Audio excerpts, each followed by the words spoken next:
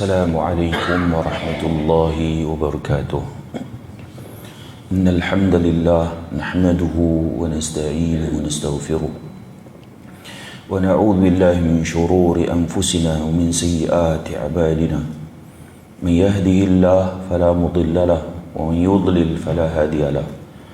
Ashhadu an la ilaha illallah wahdahu la sharika lahu wa ashhadu anna Muhammadan 'abduhu wa rasuluh. Allahumma salli wa sallim ala nabiyil karim Muhammad wa ala alihi wa ashabihi wa man da'a bida'watihi wa istanna bisunnatihi ila yaumiddin, amma ba'd. Bagi tuan imam, pembilal, pengurusi, jawatan kuasa masjid, muslimin, muslimat, mudah-mudahan kita semua dirahmati oleh Allah Subhanahu wa taala. InsyaAllah hari ini kita sambung tafsir Al-Munir juzuk ke-28 surah Al-Hasyru, sampai pada ayat yang ke-18. Allah Subhanahu wa taala berfirman, A'udzubillahi minasyaitonir rajim. Ya ayyuhalladzina amanu taqullaha wal tanzur nafsum ma qaddamat lighadin wattaqullaha innallaha khabirum bima ta'malun. Wahai orang-orang beriman, bertakwalah kepada Allah, yakni dengan mengerjakan suruhan dan meninggalkan larangannya, dan hendaklah tiap-tiap diri melihat dan memerhatikan apa yang telah ia sediakan untuk hari esok. Dan sekali lagi diingatkan, bertakwalah kepada Allah, sesungguhnya Allah amat meliputi pengetahuan akan segala yang kamu kerjakan. Baik, ayat ni pertama sekali Allah sebut, wahai orang-orang yang beriman. Saya pernah sebut di sini kan, sebagaimana sebut oleh Ibnu Mas'ud radhiyallahu anhu, apabila Allah memanggil dengan panggilan orang beriman, ada suatu perkara besar yang Allah nak sampaikan. Sebagai orang beriman perlu memberikan perhatian, sebab Allah sedang memanggil kita. Berapa ramai orang yang bila dipanggil wahai orang beriman, dia tak ada rasa apa-apa pun. Ada masalah. Saya bagi contoh yang jelas lah. Bila dipanggil, contoh saya panggil AJK masjid, tolong mai depan. So siapa yang akan terasa nak mai depan? AJK masjid. Dan siapa yang akan mai depan? AJK masjid. Orang yang bukan AJK masjid, dia terrelax, aku bukan AJK masjid, pergi kat depa, dan dia tak berasa dia dipanggil sebab dia bukan AJK masjid. Sekarang ni bila Allah panggil wahai orang beriman, berapa ramai yang berasa diri dia sedang dipanggil oleh Allah Subhanahu wa taala.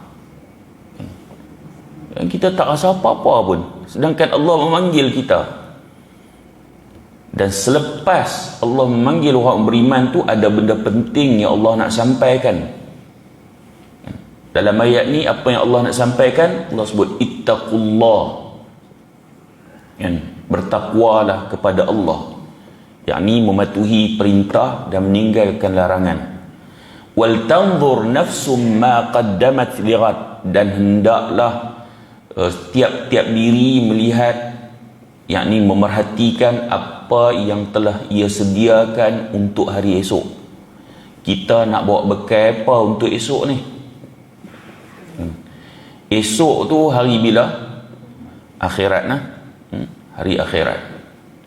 Kenapa Allah sebut esok? Nak cerita betapa dunia ni singkat. Satnya dunia ni. Allah kata esok hari akhirat, buat persiapan. dengan segala amalan. Dan Allah sebut sekali lagi, bertakwalah kepada Allah, sesungguhnya Allah amat meliputi pengetahuannya akan segala yang kamu kerjakan. Maksudnya, takwa saja tak cukup, dia kena muhasabah amalan kita. Kan? Takwa saja tidak memadai, nak kena muhasabah amalan kita. Ibadah kita ni sahih ke tak? Nak kena cek balik. Sebab berapa ramai buat ibadah ni dia ikut-ikutan. Dia tengok orang buat, dia buat. Kan, macam saya sebut, dia tengok lebih Haji Dolah buat, dia buat. Dia tengok ustaz ni buat, dia buat. Ikut je pada dulu. Sampai sekarang hak tu hak dia buat. Dia tak pernah upgrade ilmu dia tentang ibadah ni. Tapi dalam hai dunia dia selalu upgrade. Tuan-tuan yang dulu masa mula kerja,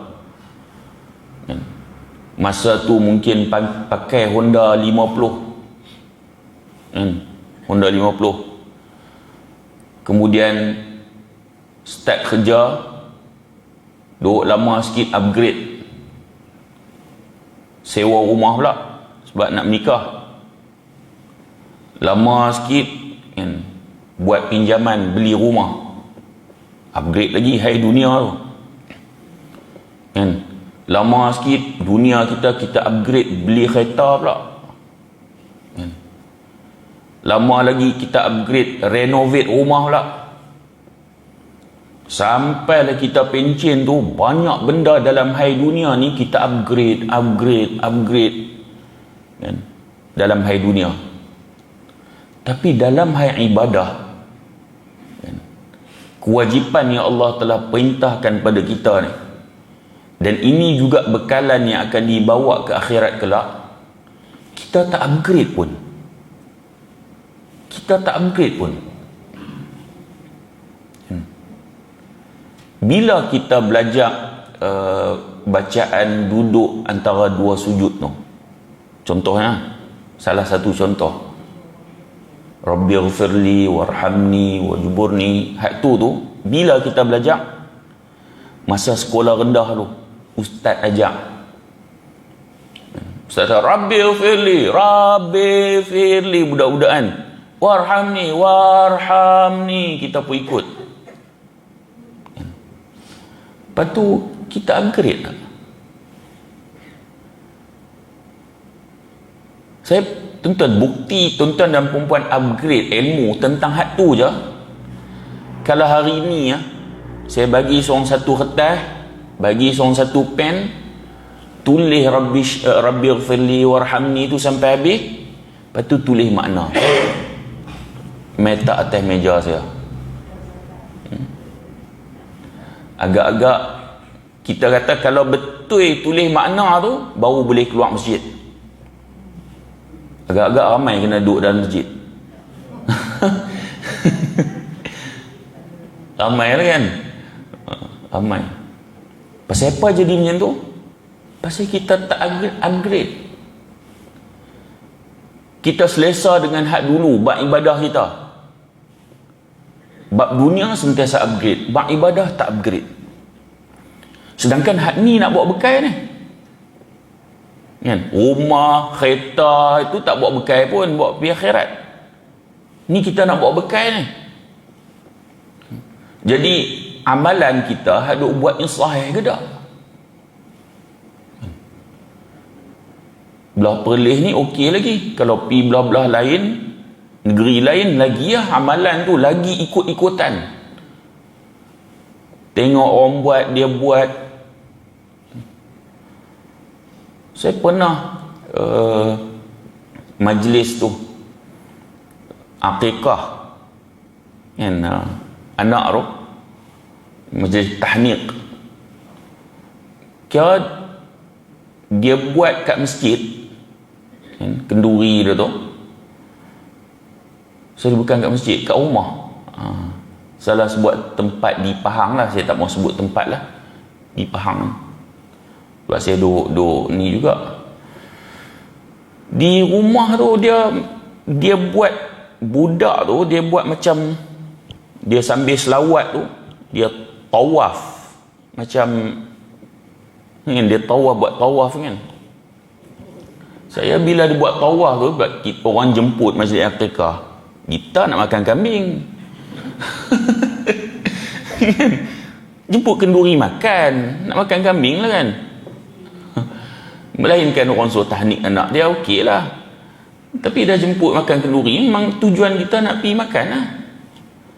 Jadi bila dia buat tawaf tu, dibuat bulatan, ingat apa benda. Saya bila buat tawaf, saya dah mula undok belakang, ni apa benda ni. Kemudian dah pusing 3 kali, Tok Imam pula kata, ni 7 kali, mau 7. 7 pula. Jadi tawaf pula. Jadi amalan-amalan tu ambil pada mana?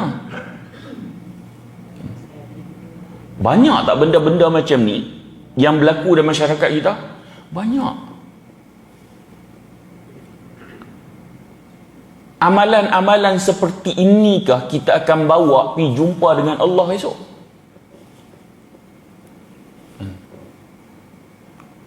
Bukankah nanti kita akan berjumpa dengan Nabi SAW di Haud, di telaga Nabi kan? Bukankah kita mengharap syafaat Nabi SAW? Bukankah dalam hadis Nabi sebut Nabi akan halau satu kelompok manusia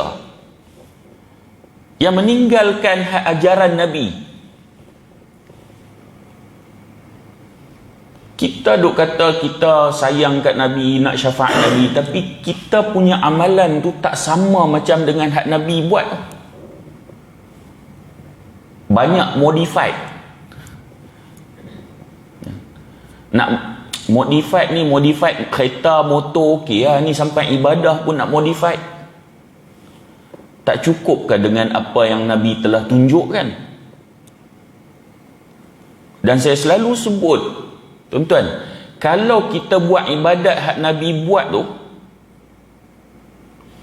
setakat ni lah hak tuan-tuan yang ada kat masjid ni, habis tak lagi buat apa yang Nabi buat? Tak habis. Jadi kalau tak habis kita buat apa yang Nabi buat, pasal apa duk ubah suai? Hak Nabi buat pun tak habis nak buat ni, nak ubah suai pula. Tak payah. Kekuatan umat Islam ini dia bergantung kepada sebagaimana kita ikut apa yang Nabi dan para sahabat buat, generasi salaf. Kalau kita cuba ubah, hilang kekuatan tu, mula nak main ajaran sesat macam-macam, dia berpunca pada benda-benda macam tu lah. Jadi hak ni kita nak bawa bekal ke akhirat ni. Allah sebut tentang muhasabah diri kita ni sebab kita nak bawa esok kan, untuk hari esok ni, untuk hari akhirat, bekal kan. Kita nak pergi Johor esok contoh, kad bank, dalam bank memang kosong, tak ada. Tak ada. Tapi dalam poket ada RM10. Wah ni piak Johor, nak duduk seminggu. Tak ada piak. Memang hampak kemplekat kat tepi jalan minta sedekah tak berani pi. Ada RM10 dalam poket tu, tak berani pi. Padahal nak pi seminggu lah. Seminggu lah. Takkan nak pergi Johor RM10 kot kan. Sedangkan di dunia ni banyak pertolongan hak kita boleh minta kan. Kita ni hak duk main masjid, kita duk nampak pergi singgah masjid, minta lah sedekah mana-mana masjid kan. Ada pertolongan-pertolongan yang kita boleh minta. Tapi di akhirat, berapa lama kita akan ada di sana? selama-lamanya. Cuba kita fikir balik, hak bekalan hak kita nak bawa ni cukup ke tak? Hak tu yang Allah suruh muhasabah tu. Hak tu yang Allah suruh muhasabah. Cukup ke tak kita nak bawa amalan kita ni? Wal tanzur nafsum ma qaddamat lighad. Hendaklah setiap diri tengok apa yang akan dia bawa untuk esok hari. Itu yang kita sebut nak kena muhasabah balik banyak benda. Dan muhasabah ni bukan saya tuju pada tuan-tuan perempuan lah. Tak, untuk saya dulu. Kan? Tambah-tambah saya duk bercakap ni, kan? Banyak dah saya muhasabah tentang apa yang saya cakap, saya buat ke tak?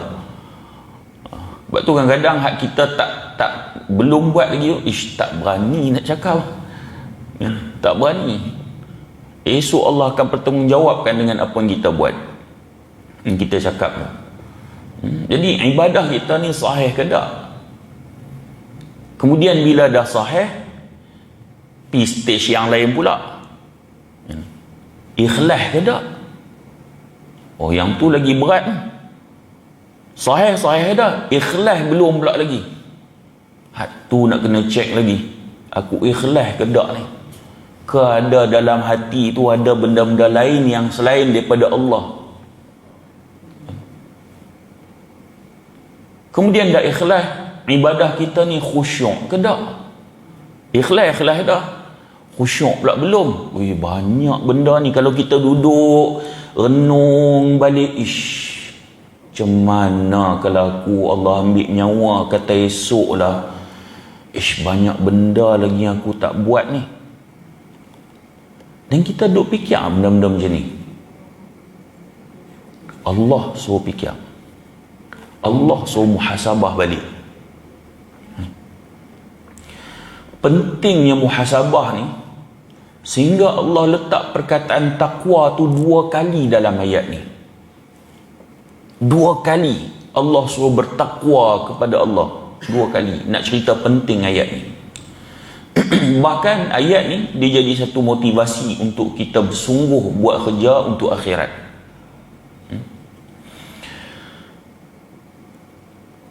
Setelah Allah perintahkan bertakwa, kemudian Allah suruh muhasabah diri kita. Allah sebut sekali lagi bertakwa pada Allah. Kemudian Allah sebut pengetahuan Allah meliputi apa semua yang kita buat. Semua Allah tahu. Kita tak mampu nak sembunyikan daripada Allah Subhanahu Wa Taala. Bila Allah dah cerita tentang perkara tu, lalu Allah sebut wala takunu kalladzina nasullaha fa ansahum anfusahum ulaika humul fasiqun. Allah kata, dan jangan kamu jadi seperti orang yang telah lupa pada Allah, lalu Allah jadikan mereka melupakan diri mereka. Dan Allah sebut mereka adalah orang yang fasik. Allah kata jangan jadi seperti golongan hak lupa pada Allah. Bila orang tu lupa pada Allah, Allah jadikan mereka lupa pada diri mereka sendiri. Allah sebut ni puak-puak orang fasik. Macam mana hak lupa pada Allah sehingga Allah jadikan lupa pada diri mereka sendiri ni?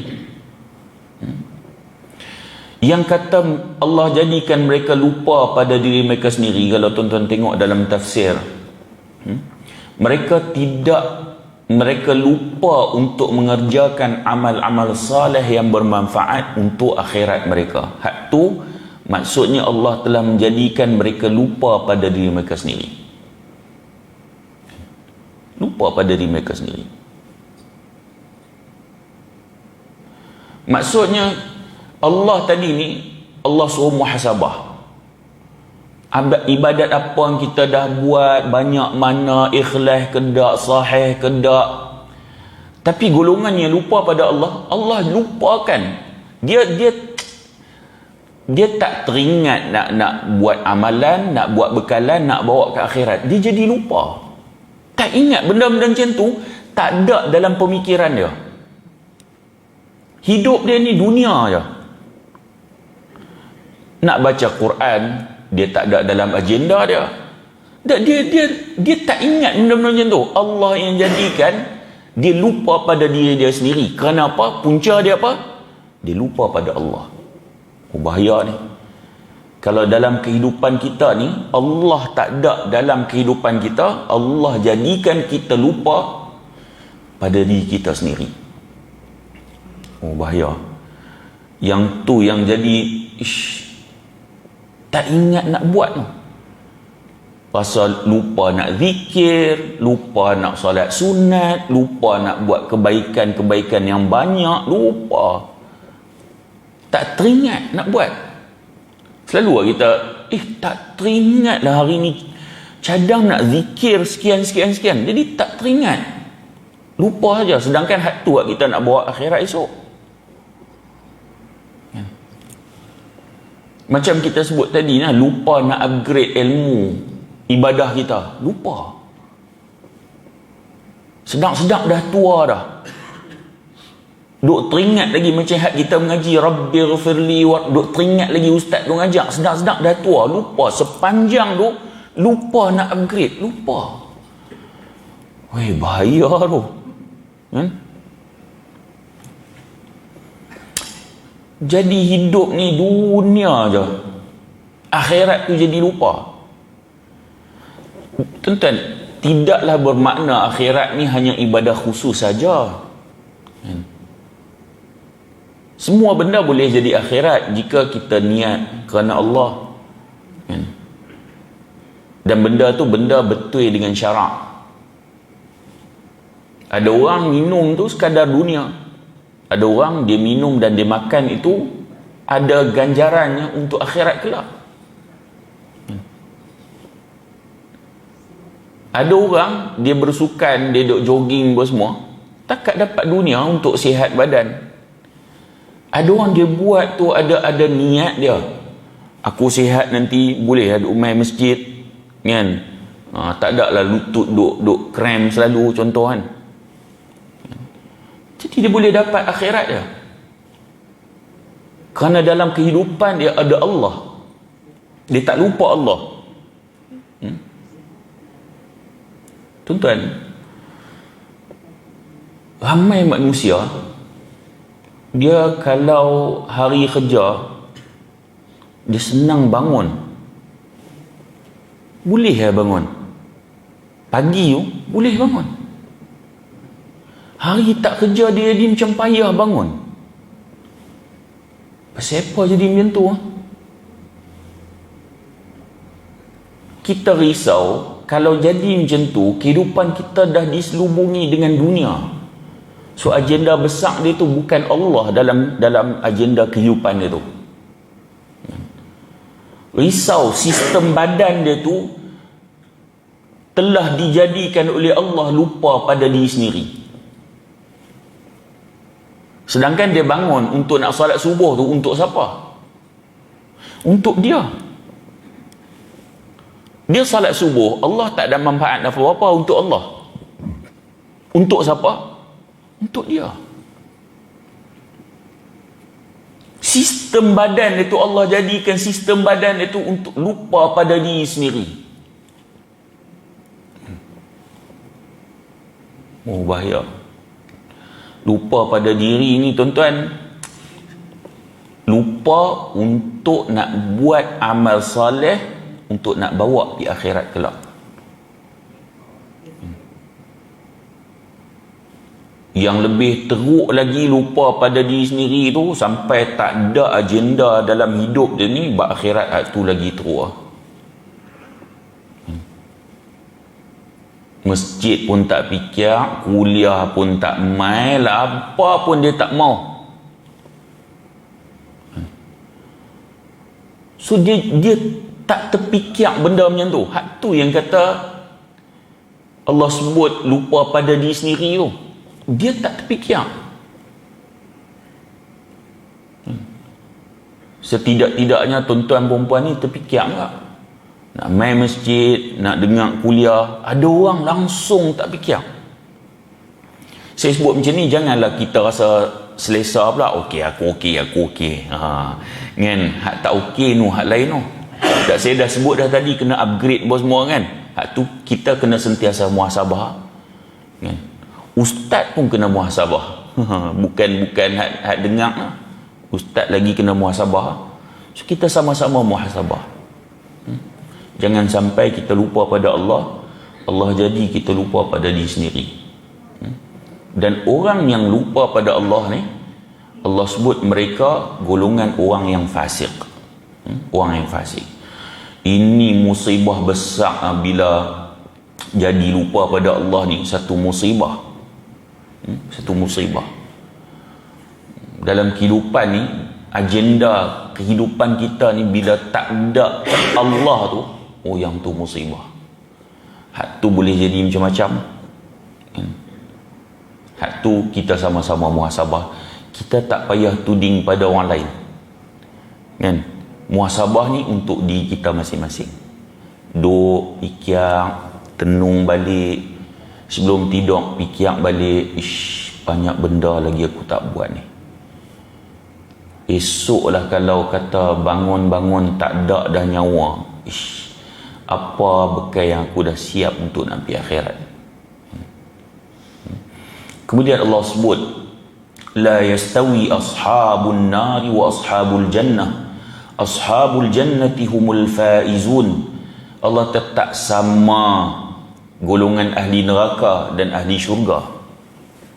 Ahli syurga, kata Allah, orang yang beroleh kemenangan. Allah tetap sama ahli neraka dengan ahli syurga. Pasal apa Allah sebut macam tu?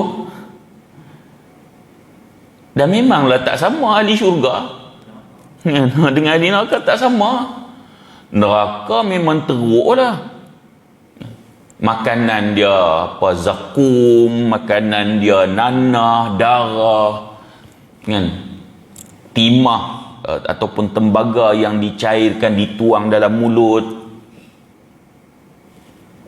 Duk dalam syurga, Nabi sebut, ma la ainun ra'at wala udhunun sami'at wala khatara ala qalbin. Suatu yang Nabi kata, di syurga ni, apa yang mata tak pernah tengok, telinga tak pernah dengar, dan tak terlintas pun dalam hati, tu dalam syurga. Tu syurga tu. Maksudnya mata tak pernah tengok kecantikan yang ada dalam syurga ni. Kita di dunia ni lah, kalau kita tanya siapa perempuan hak paling cantik, dia kata Ratu cantik lah. Ratu cantik dunia dah tahu, oh cantik sungguh. Hang pernah tengok? Pernah tengok ni dalam surat abang, oh cantik. Bila hak mata pernah tengok tu bukan level syurga. Faham? Tu bukan level syurga. Walaupun kita tak pernah tengok, kita pernah dengar orang cerita ada di Amerika tu, rumah dia sekian-sekian, berpuluh bilik. Setiap bilik ada sekian, orang cerita-cerita. Kita pernah dengar, oh macam tu ada no? Ada. Tu bukan level syurga.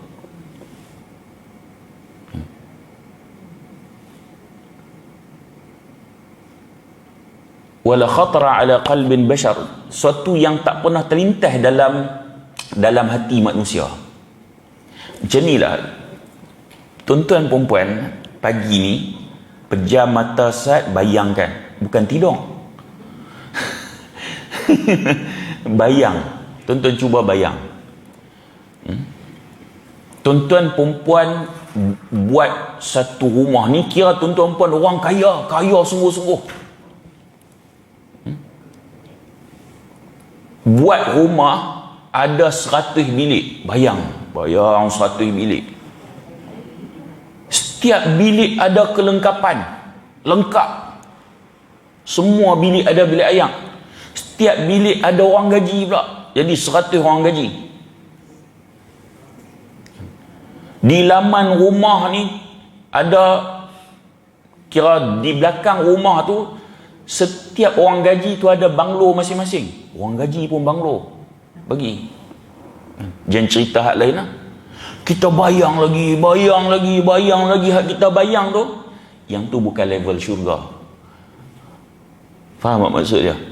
Bukan level syurga. Hak kita boleh bayang tu bukan level syurga. Sebab Nabi kata tak terlintas pun dalam hati manusia.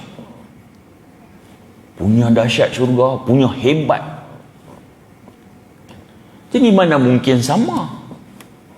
Tak sama lah. Tapi Allah sebut tu pasal apa? Sebab ada orang yang beranggapan sama. Sama lah, kopi mana esok pun sama. Ada orang macam tu? Ada. Kalau dia tak bercakap pun, hak dia buat tu, tindakan dia tu seolah-olah dia menganggap sama. Kan? Kalau dia tak anggap sama, dia buatlah kerja untuk akhirat esok. Sebab dia tak anggap sama. Aku buat ni, esok dapat syurga. Ni kalau buat ni neraka ni.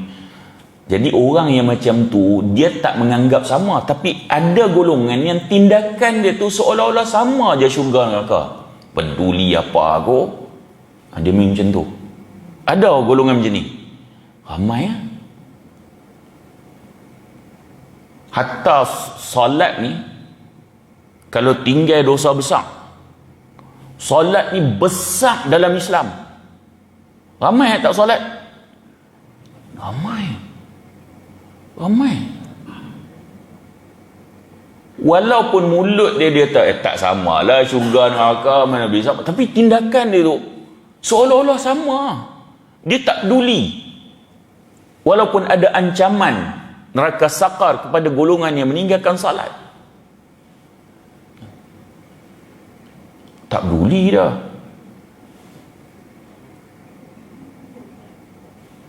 Saja sebut bab solat ni, kadang isteri dia dapat suami yang tak solat ni, dia boleh sabak. Bagus tu perempuan ni no. Padahal boleh tuntut fasakh tak? Boleh. Tapi sabar, sungguh sabar. Kena pukul sabar. Kan? Sabar. Bila dia tak sabar? Bila suami nak nikah lain. Hilang sabar. Pelik tu. Dak buat benda haram, dosa besar. Sebahagian ulama kata boleh menyebabkan kufur, tak kafir yang tak salat ni. Sabar. Tak apalah sabar. Buat benda haram jelas dosa besar, dia boleh sabar. Buat benda harus nikah lain, hilang sabar. Cannot brain, orang putih dah. Tapi macam mana? Malas nak cerita sebab semalam dah masuk dalam rakaman kan, video live lah. Jadi itulah. Bila menikah lain baru keluar macam-macam. Dia sebenarnya tak solat. Hak dulu. Bukan 14 tahun dah hang sama dengan dia.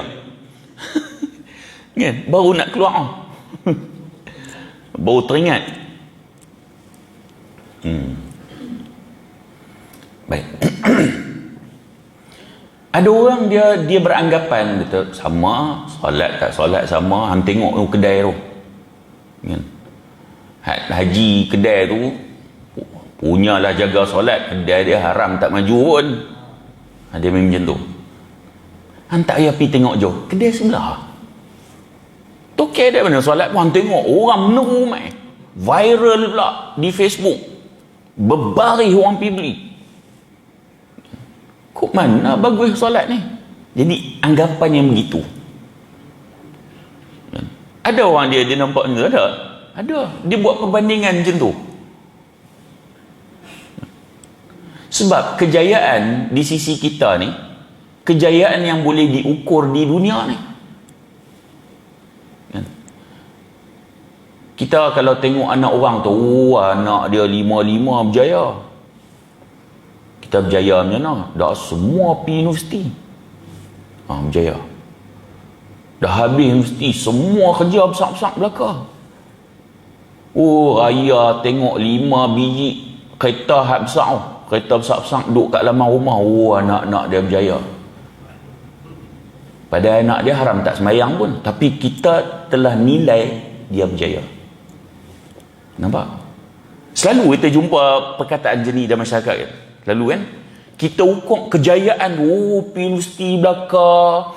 Apa nama, kemudian kerja bagus, kereta tengok. Oh, berjaya anak-anak dia. Orang hak mungkin buat bendang je, duduk kampung kan, kerja pun tak sara mana, tapi jaga agama, main masjid, kita nampak lekeh. Tapi Allah Subhanahu wa taala kan, Allah sebut la yastawi ashabun nari wa ashabul jannah, tak sama golongan neraka dengan golongan yang dalam syurga. Tak sama di segi mana? Ashabul jannati humul faizun. Orang yang ahli syurga ni, mereka lah yang berjaya. So Allah sebut hak berjaya ni, golongan yang jadi ahli syurga, hak dia buat amalan-amalan menuju ke syurga. Tapi kejayaan yang kita nampak di dunia ni, hak kejayaan hak kita nampak, hak betul-betul dunia, bukan untuk akhirat. Allah sebut kejayaan ni diukur hak berjaya di akhirat kelak.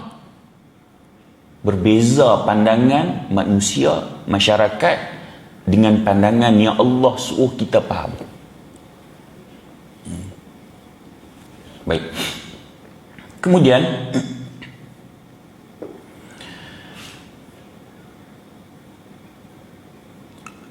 kalau kita tengok dalam firman Allah yang lain, am hasibal ladzina ijtarahu as-sayyi'ati an naj'alahum kalladzina amanu wa 'amilus salihati sawa'an mahyahum wa mamatuhum sa'a ma yahkumun. Patutkah orang yang melakukan kejahatan sangka bahawa kami akan menjadikan mereka seperti orang yang beriman dan beramal saleh, dengan menyamakan keadaan mereka semasa mereka hidup dan semasa mereka mati. Buruk sungguh apa yang mereka hukumkan itu. Ni dalam surah Al-Jathiyah ayat 21. Allah kata, patutkah orang yang buat jahat ni, dia sangka kami akan menjadikan mereka seperti orang beriman dan beramal saleh. Orang buat jahat, jangan duk sangka Allah layan sama. Tak sama. Bahkan tak sama tu di mana? Semasa mereka hidup dan semasa mereka telah mati. Maksudnya, kalau orang yang buat baik dan orang yang buat jahat di dunia ni, Allah takkan layan sama. Tak sama. Pemberian Allah tu tak sama. Hak ni yang kita kata macam kedai tadi ni kan. Yang kedai tu kita kata tak sama apa, hak tak solat lagi berjaya. Sebab kejayaan tu kita ukur hak dunia. Tapi Allah kata dunia pun tak sama. Orang tu mungkin kedai dia nampak tak apa nak laku, tapi jiwa dia Allah bagi jiwa kaya, jiwa rasa cukup, jiwa tenang. Allah boleh bagi kod lain, anak-anak yang saleh dan salehah. Allah bagi kod lain, Allah bagi pasangan yang menyejukkan hati dia. Hak ni buat jahat ni, umpamanya tak solat, mungkin kita tengok dari satu sudut kedai dia maju, tapi jiwa serabut, anak-anak menyusahkan dia, isteri tiap-tiap hari duk minta cerai, contohlah. Tapi pandangan manusia tu dia nampak macam tak sama, sebab kejayaan dia tu dia ukur pada apa yang boleh nampak, dan hak dia nampak tu dunia sahaja. Tapi Allah sebut tak sama. Tak sama. Jadi kenapa kita takut untuk nak bertakwa, mematuhi perintah Allah ni? Sebab kita takut. Sedangkan Allah dah sebut layanan masa hidup lagi dah tak sama. Saya tuan-tuan, zaman sekarang ni orang semua tengok kejayaan ni pada harta. materialistik. Kalau tuan-tuan tengok di Facebook, Instagram, semua nak tunjuk kekayaan. Jutawan-jutawan produk ni tabok duit kan? Semua nak tunjuk kaya, hidup mewah. Jadi ramai yang terkesan. Sampai ada istilah perempuan kalau nak cari lelaki, biar tak handsome tapi kaya. Yo.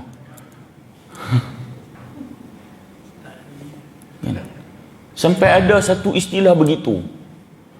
Kita nak kena didik anak-anak kita ni jangan sampai jadi macam tu. Jangan sampai jadi macam tu. Kalau ada anak-anak hak nikah kan, hak dah besar, abang cari insan yang saleh dan salihah. Ukuran bukan kekayaan. Jangan ukur kejayaan itu pada pandangan masyarakat yang telah terpesong. Tengok dunia aja. Oh, berjaya sungguh dia. Jaya apa? Macam kita sebut tadi. Oh, jangan. Baik. Jadi ayat ni dia dimotivasi untuk kita semangat beramal untuk syurga. Kita tengok sikit lagi. Sambung satu ayat lagi kot. Boleh 7.5. Boleh ya? Boleh Allah sebut, "Lau anzalna hadzal Qur'ana 'ala jabalin la ra'aitahu khashi'an mutasaddian min khasyatillah." Tetapi kalau kita sambung ni dipanjang ni. Ni dah 7.5 kan. Nanti kita sambung ayat tu lah. Kita sambung ayat tu insya-Allah. Allah sebut, kalau kami turunkan Al-Quran ini ke atas gunung, nescaya kamu lihat gunung itu khusyuk dan pecah kerana takut kepada Allah. Kita nak tengok pasal apa Allah sebut turun pada gunung, pasal apa bukan laut, pasal apa bukan pokok. Lepas tu pasal apa pula kalau turun kepada gunung, gunung tunduk khusyuk pecah. Pasal apa turun kat manusia ni, manusia tak rasa apa-apa pun. Pasal apa kita baca Al-Quran tak ada rasa apa-apa, sedangkan gunung tu boleh pecah. Kita baca Quran tak ada apa-apa. Kita pula rasa pelik. Orang baca Quran siapa boleh menangis? Kita pula rasa pelik. Kalau kita pernah pergi umrah ke haji kan, Imam Masjidil Haram baca sampai bab neraka, menangis sungguh. Kita macam mana aku nak bagi menangis? Kita pula duk fikir. Tak apalah, mungkin kita tak faham, tapi kita buka terjemahan Quran, kita baca cerita bab neraka, tak menangis ke? Jadi apa masalahnya? Keras sangat ke hati kita sampai bukan sekadar tak menangis, rasa apa-apa pun tak. Allah cerita syurga tak rasa teruja, Allah cerita neraka tak rasa takut pun, rasa baca selamba. Hoi, ada masalah apa dengan hati kita ni? Kalau benda tu betul-betul lah berlaku, kita baca bab syurga, bab neraka, tak ada rasa apa-apa, kita nak kena muhasabah balik. Muhasabah balik. Ramai tak di kalangan kita yang buka Quran, kemudian kita baca terjemahan, kita tengok, oh ni makna ayat dia, tak ada rasa apa-apa. Kalau ada macam tu dah sampai masa kita cek balik lah. Takut-takut masuk hati kita ni kategori hak keras. Yang tu insya-Allah kita akan bincang dalam kuliah akan datang. Mudah-mudahan pertemuan kita ada manfaat. Kalau terkasak bahasa mohon maaf, dan saya sudahi dengan aqulu qawli hadha وأستغفر الله العظيم لي ولكم. والسلام عليكم ورحمة الله وبركاته.